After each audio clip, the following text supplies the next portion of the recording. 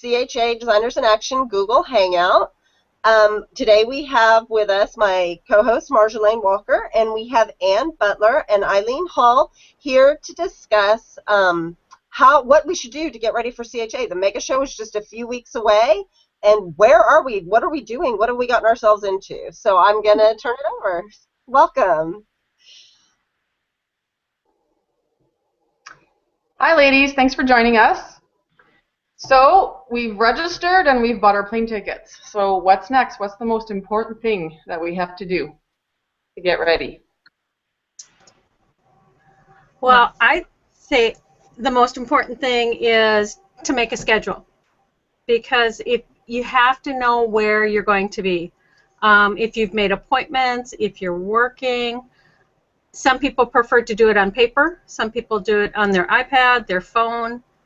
But to have a schedule so that if something comes up, you know where you can plug it in. What do you think, Eileen? Yeah, I agree. I try to have as many schedules as possible because, yeah, you want to have a backup. So I've got a Mac, so I have it on my computer, on my iPad, and on my phone, all coordinated on iCal. And I also print out a hard copy, and I also print out a couple for people that I'm working with so that in case they're looking for me or I need to find them, we know where to go or where we're supposed to be. I also include phone numbers on my calendar so that if I'm late or something and I have to contact the person I'm supposed to meet, I have that there right on hand to get with them and tell them, hey, I'm running late, or you want to make another time or whatever. And so I try to line up as many appointments as ahead of time as I can, but sometimes things happen in the meantime, and then it's always nice to look on there and see when you have openings. So schedule, yes, very important. So Eileen, you talked about making contacts. So how can we make sure that we're making contact with the right people ahead of time? I like to, well, when I first started going to the show, I actually had no idea what it was all about. So the first show, I just went around and I looked at everything and kind of saw what I thought was interesting, maybe manufacturers whose product I would like to use to help them do whatever, samples for the booth or whatever. When you get to the show, there is a booklet that shows you a map of the show and who's there, what their booth number is, and all that stuff. It has contact information in there, and so I use that as a guide. Even sometimes once I get to the show, there are like new products and maybe things that I don't know, people who I don't know are going to be there ahead of time. And so I will go through my show guide and make notes of where I want to go. So hopefully I have a couple hours to check out new manufacturers. If I know that I want to talk to them ahead of time, if I've targeted them as a potential client or whatever, then I will call them ahead of the show because they get really busy. They're busy selling their product. I mean, that's why they go. So they may have time to meet with you. Sometimes their creative people have more time than the sales people. So if I want to connect, what I do is I go online and see if they have like their creative director, their art director, marketing. Sometimes you never know who it is that you really want to talk to, but I might shoot them an email ahead of time and say, I have an idea I'd like to discuss with you if you have 15 minutes. You don't want to take up a lot of their time, but it's good to get the FaceTime when you're actually there. So I try to set up as much as I can ahead of time, and it may not be during the show hours. It might be, you meet them in the evening for a soda or drink or something, or, you just kind of do that when you can, but that's how I do it. Kind of random, but seems to work. Ann, what about you? I do the same thing. I make my appointments ahead of time. And one thing to remember, even if you have an appointment with a manufacturer, let's say you're meeting them at 1 o'clock, and you come to their booth and they're busy, never go up and interrupt. Always kind of stand off to the side. They'll acknowledge you if they know who you are. So if they're not really talking business, then they'll stop what they're doing. But if they're talking business, that's why they're there. They're there to sell their products. So there have been times when I've had appointments where they are so busy that I've walked away and we've rescheduled later. But setting appointments is key, I think, really, because it helps if you've worked with them before, if you've worked with their products. It's good to build those relationships. Like if you have a glue company that you've been using their glue continuously, and maybe you have an idea.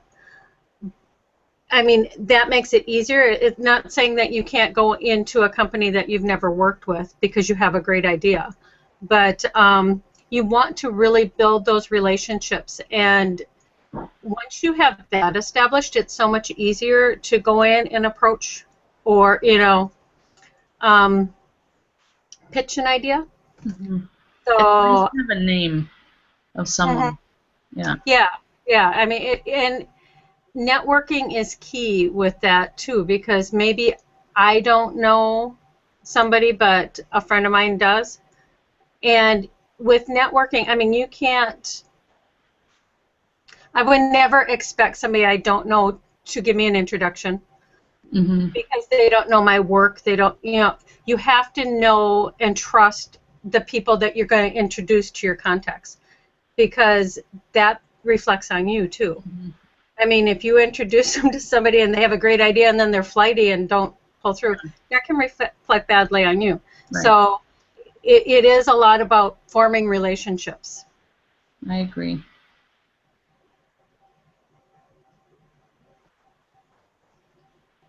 So how do you prioritize your time when you're there? There's so many different opportunities and so many people to see.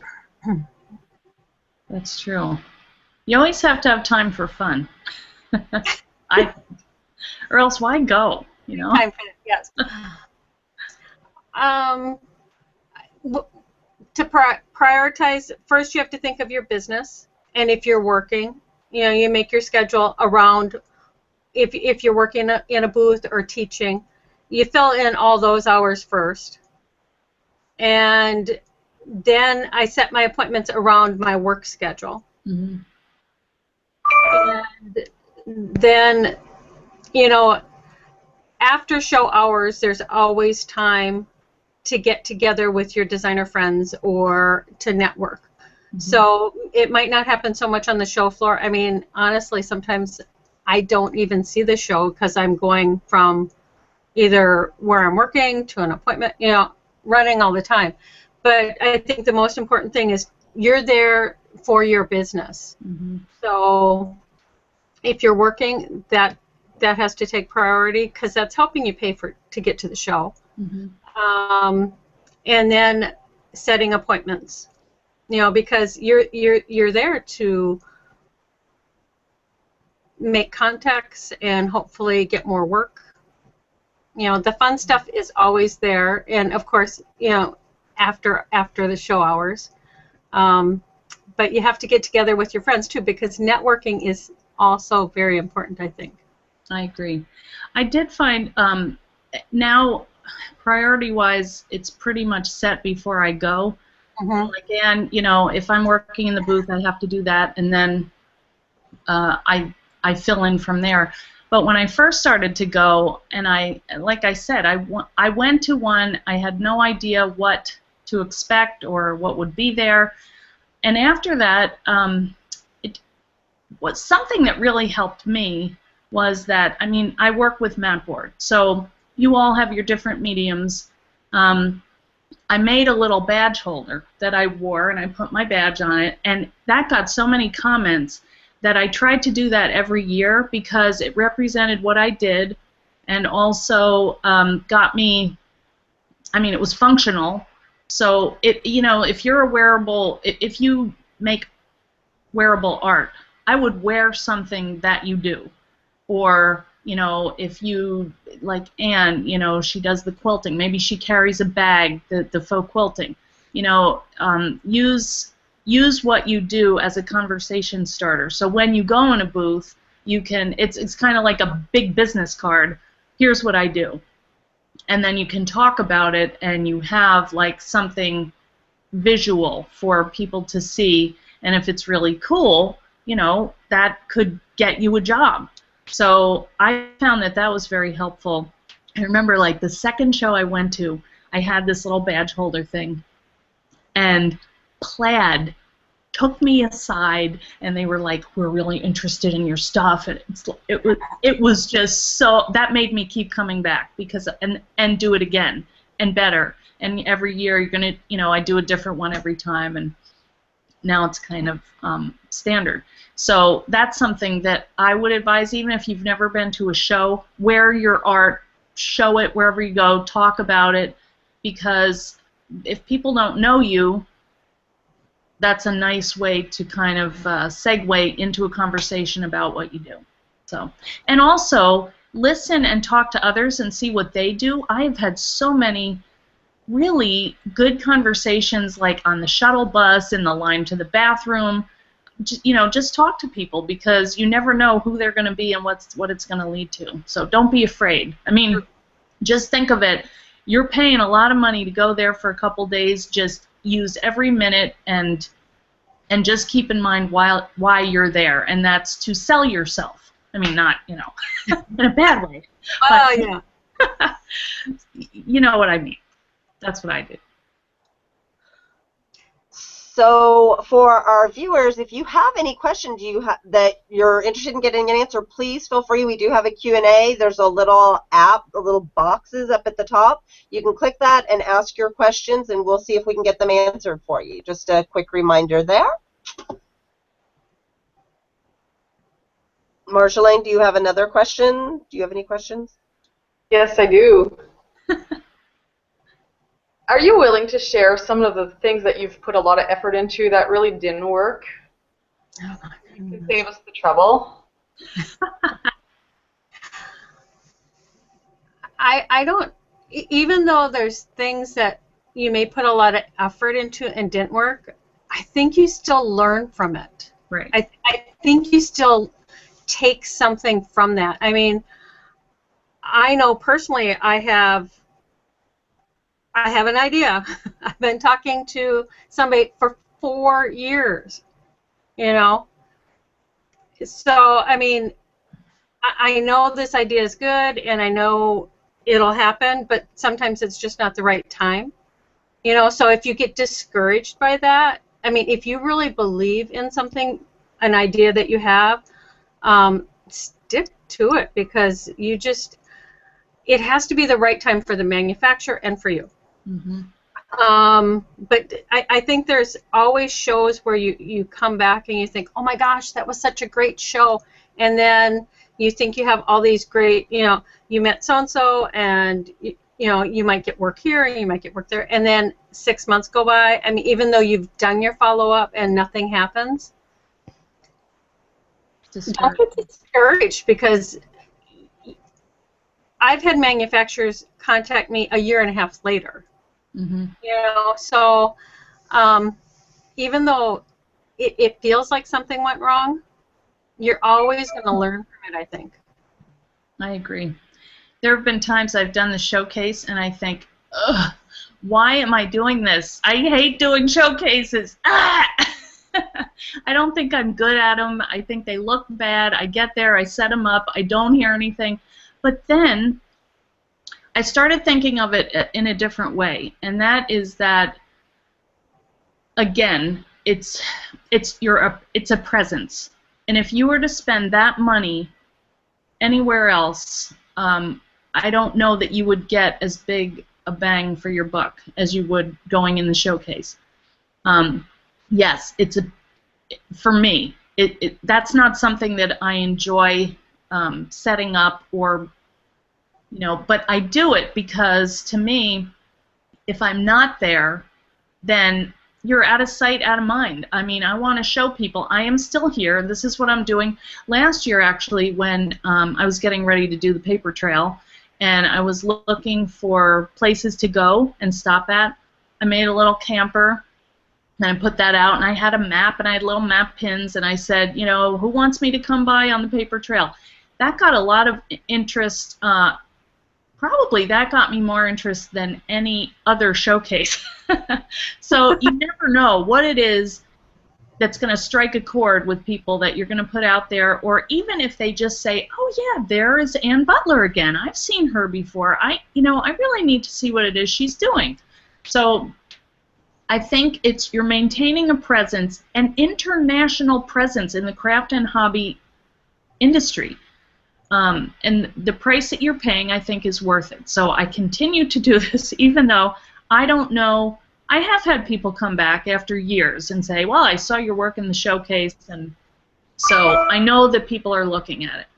I'm not going to say it was bad, but it's not one of my favorite things, because you're always going crazy. But I keep doing it. Right. It's one more thing to haul or to do, but it's like an ad for your company. Right, exactly. Yep. Can we get into some more practical aspects of preparing for the show? Sure. Things like business cards or resumes, one-sheets, postcards, press kits, all those things. Yeah, I make sure to bring plenty of business cards. I don't have a press kit per se. I may bring a postcard or something of a new project that I'm working on, or I like to invite people to the showcase where they can see what it is that I do. I had a thought that I was going to talk. Ann, go ahead, because I forgot something. Go ahead. Yes, I agree. Business cards are very important, and always bring more than you think you'll use, because you never know. I think I always bring a couple hundred, and maybe I only give out 50. Maybe I give out 100, but it's better to have them. They take up such little space. And on a business card, it's taken me years to do this. I never wanted to do it, but I finally put my picture on my card. Because that way they're going to remember you. I mean, if they have your card and your picture's right there, then they know who you are, or they might remember you. But I remember people by their face. I might not remember a name, and I feel so bad, but it's hard. That's just one of the things. But I recognize somebody's face. So even if you hate doing it, it is a good thing to do. Press kits. I haven't done a press kit in many years. I do carry my iPad with me. On my iPad, I will have pictures, like if I want to show somebody, or you have a chance encounter with somebody. I always have my iPad with me so that I'm able to show them what I do, or if they ask, I have that. So the press kit, I mean, my press kit used to be huge, and or you know, it's a lot to haul around. So an iPad works great, or even some of the iPhones or your phones, because some of the phones have big enough screens where you can at least have pictures of your work. So that's important. Postcards, I've done on occasion if there's something I really want to make sure people know about.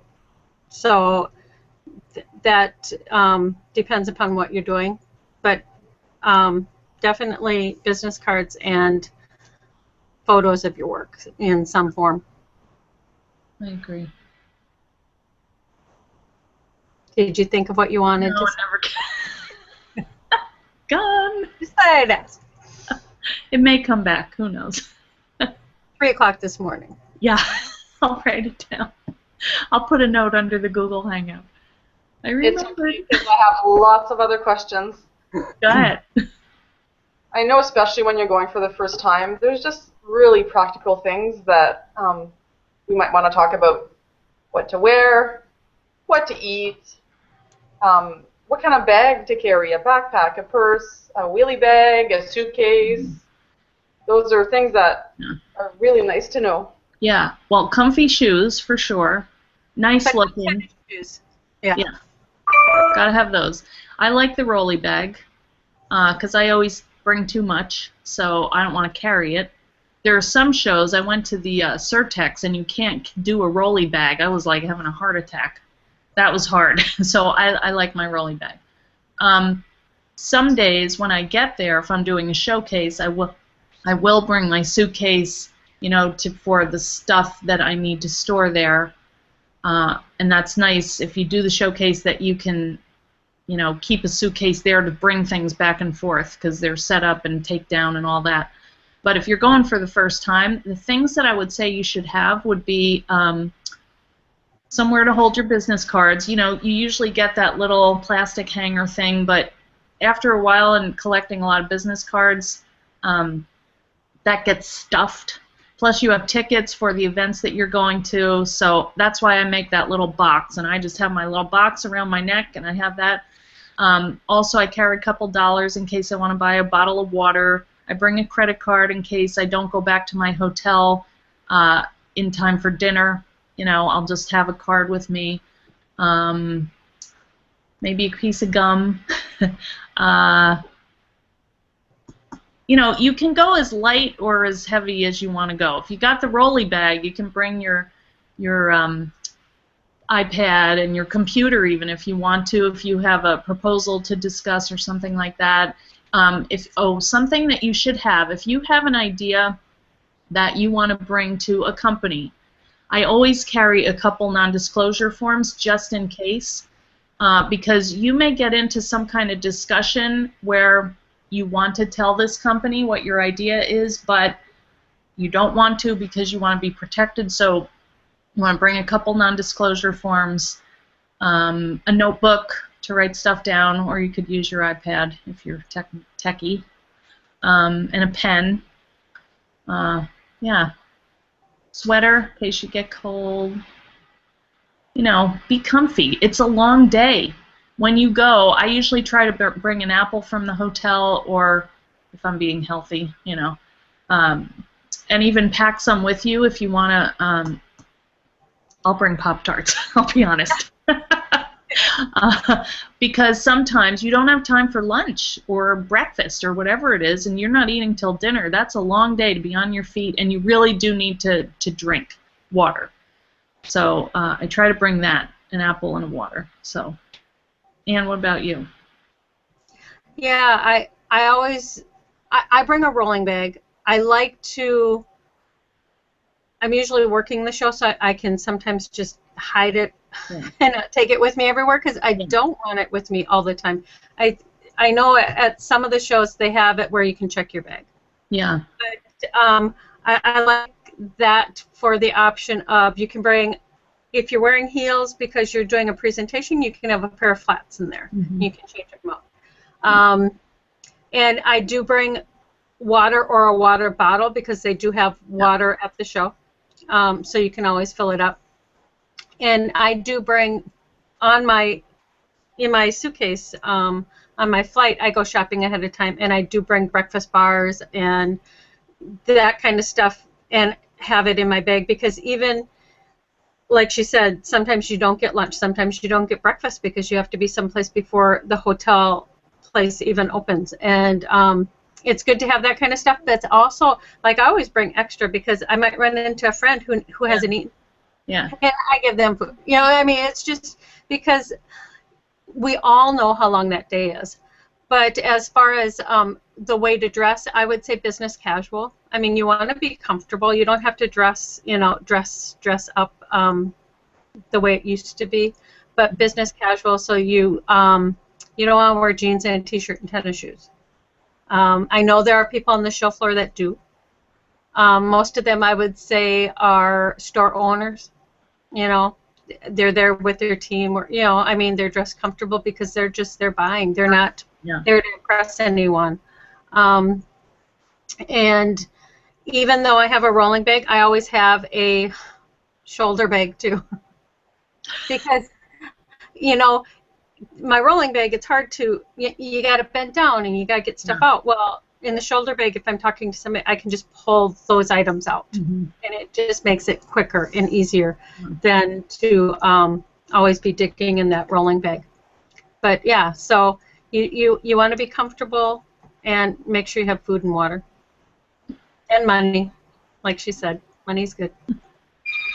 Unless I you just plan wanna, it really well, you can have, you know, make sure all your dinners are paid for. No. I just want to add that I highly recommend just meal replacement bars and shakes to have in your bag because I tend to forget. I get too busy and I forget to eat. Next thing you know, I'm feeling pretty crummy. Yeah. And I can just put a meal in a bar and out of my bag, and Yeah. I can share it too. Yeah. That's Yeah. So all this talk about comfort and shoes, how about getting to the show? I mean, your hotel may be walking distance, it may be on a shuttle. How do you know these things? How do you plan for that if you've never been before? I know, Eileen, you mentioned that you often talk to people on the shuttle, like it's a great way to make a connection. Yeah, it is. Well, when I started going, I would book a hotel that was recommended by CHA, and those hotels all have a way for you to get there. And they'll usually say on when you go to whatever the company is that you go book with, they'll say walking distance. They'll give you, you know, 0.4 miles, or so you would know how close it is to the convention center. After you go a while, I mean, it's nice to stay in the Anchor Hotel, and then you just have to walk across the street or through the lobby or whatever to get there, but those are usually expensive. One of the best ones that I like is like, well, when it used to be in Chicago, I would go to the Spring Hill Suites. It was $99 a night. It had free parking because I would drive to Chicago. It had free internet. And you go to the fancier hotels, you might wind up paying $12.95 a night for internet and $22 a day for parking. So price is not, more money is not always better for what you need. So if you're going to be driving, check out the hotels, the prices. You probably want to book pretty soon if you don't have one now because they run out. I mean, the good deals go pretty quickly. This time Syzyx booked it, so that was nice. But we're going to be at the Embassy Suites, and I like that place because they've got a nice breakfast. You meet a lot of people there. You got the happy hour at 4 o'clock. You can invite your friends too, so that's fun. So every hotel has a benefit. So I would just go through, maybe look on Google Maps, see where it is. If you have issues with walking, then maybe it's worth it for you to stay at the hotel that's right there. And the weather depends on that, or if you don't want to be hauling stuff back and forth, it's all kind of up to you. The other thing would be if you want a roommate, might be a good thing to put that up now because people are making their reservations and stuff, and I think CHA Designers will be a good place to post that if you need a roommate and maybe make a new friend. Who knows?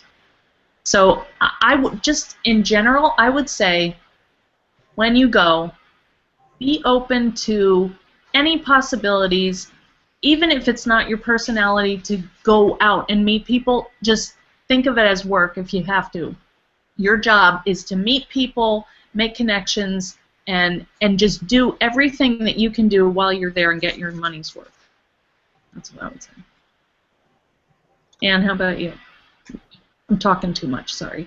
No, you're not. I agree. I mean, I stay at a hotel that says it's on the shuttle, but actually it's like 3 blocks. I walk. I mean, I always try to figure out why it's on the shuttle. But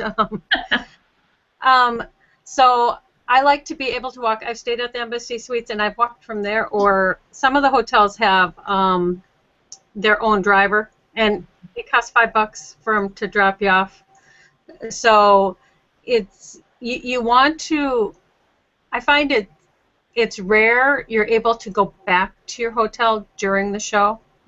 Yeah. So it doesn't matter if you're right next door or if you're on the shuttle and you're a mile away, because it's unless you have health problems or something like that where you need to go back. That's a consideration, but otherwise you're on that show floor, and sometimes you don't get back until 10 o'clock at night. Right. You had a dinner, or so CHA is really good about letting you know which ones are close. Mm-hmm. Okay, we have another question. This one's from France. We were talking about business cards before. Do you use one sort of business card, or do you have several degrees of business cards? Like maybe one that just has a URL and then an email, and then one that has more complete information, having different, different things to hand to different people. Yeah, that'd be a good idea, but no. I have one card, and it has everything on it. Everything. I have 2 cards, but that's because I have my designer card, and then I have one for the magazine. So I do have 2 cards, but on each card, everything related to that business is on that card. And you have a front and back, so. Right. I do like those Moo cards. I would think about doing that, but I just haven't gotten organized. Who knows? Might happen. They're pretty.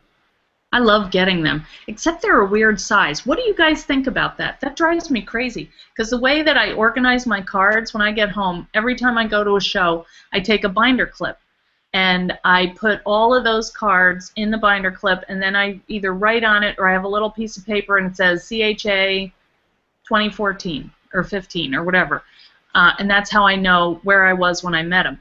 But the weird sized one, I have this little card file that I put them in, but if they're too big or too small, I don't know. I'm not sure about that. What do you guys think? Standard size versus? I like standard size. I mean, it just makes it easier. I know. I keep them in a business card folder, so standard size is definitely my preference. Yeah. Who knows? So I don't know about you, but no matter how hard I try, I end up bringing a lot of stuff home from the show. So I'm curious to know your tips on what kind of luggage to bring, just to have some space available when you go home. Big, big, big. Extra. Extra luggage. Well, I just have 2 big suitcases, and I fill them up coming and going somehow. I mean, I've had times where I've had to mail things home. That's a pain.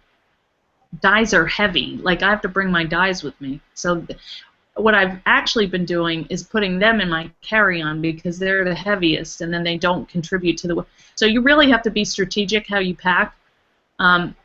It's a lot of manufacturers now. Used to be you could take stuff home with you if they were, not wanting to pack it up at the end of the show. But I haven't seen that a lot lately. So it's what I prefer to do. If you talk to a manufacturer and you get something going where you agree to work with their product or whatever, I will ask to have it shipped. The same with catalogs. They weigh a ton. I mean, I love looking at them, but they are just heavy. So I will, and for me, that's another chance to continue contact after the show. So I'll say, I'll get, let's do cards, and then, we can do stuff when we get back. And then I'll write to them and say, hey, I like talking to you at the show. Could you send me the catalog and a sample of your product? And then we have this dialogue going that, and I didn't have to carry it on the plane with me. So, unless I'm driving, then I take it all. I got a van. Yeah, I'm usually bringing stuff to the show, whether I'm doing booth projects for manufacturers or what. So then I do have extra space in my suitcase. But I always try to pack so that there's room for something that I might want to take home right away. But otherwise, like Eileen, I ask people to ship stuff to me just because it's a lot. But because Eileen has product and I have product, I sometimes bring some of my product to the show to give away to designers so they'll use it. So that leaves a lot of extra space in my luggage also. But then I'm expecting them to carry it home. But my stuff's small. It's not heavy like Eileen's. Although I'll take your dice. But I mean, all right, I'll bring you some. And that is why I drive. Yeah. This way I don't have to worry about packing it. I have the whole back of my car. I wish. I have the whole back. We're going to wrap up in just a minute. Just before we do, though, are there any special opportunities for the designers, any special networking opportunities that you guys know of that maybe we should try and be a part of so we can get those connections going? Well, and I don't know, you were kind of spearheading that designer meetup, where the manufacturers come in. That's cool. That's a good thing. That's Friday night at 5 o'clock. It's the designer sneak peek. Yeah. And that's where manufacturers come in and show designers what they have, and you have a chance to talk to manufacturers when they're not busy on the show floor. And I know after that is the street dance, or I don't know what they're calling it. But that's a good place to be because you run into a lot of people there. I think it's important to attend, like, the breakfast meeting, the CHA meeting in the morning, the keynote speaker, the town hall if they have town hall. Yeah, because you never know. I mean, it's not like there's assigned seating and you just go and sit down. You never know who you're sitting next to. You never know who you might meet. I think it's important to be seen as much as possible. I know it's so much easier to say, I'm just going to sleep an extra hour. Yeah. But you paid to be here. Right. And, you just never know where those connections are going to come. And if it's the kind of things where people keep seeing you.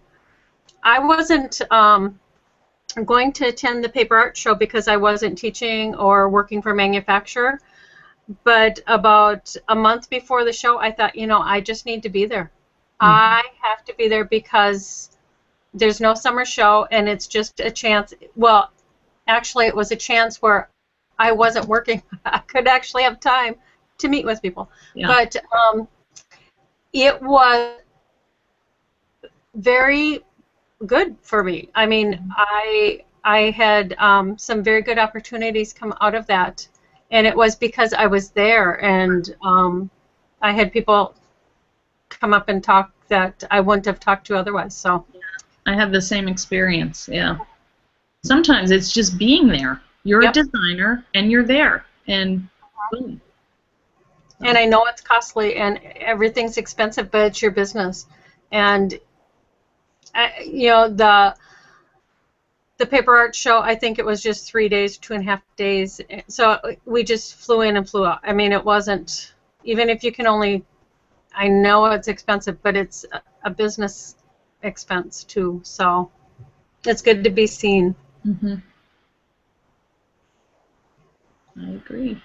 Okay, well, I think that's about all our time, and I think we covered all the questions. This broadcast will be saved on YouTube, and if you are watching us on YouTube and you have a question, please feel free to leave it in the comments. We will check back and we will try and get you answers. Yeah. So please leave us a comment if you have a question, and I want to thank you all again for coming. Thank you to my co-host Marjolaine, and for our special guests Anne and Eileen, and we hope to see you all at the show. Please come find us and say hi. Yeah. And we'll have some great things for you coming up in the next few months, some great ideas for possible shows. And if you have an idea for something you'd like to hear about, learn about, please let us know, and we'll see what we can do to get your topics covered here in the Hangout. So thanks, everybody, and we'll talk to you soon. Merry Christmas.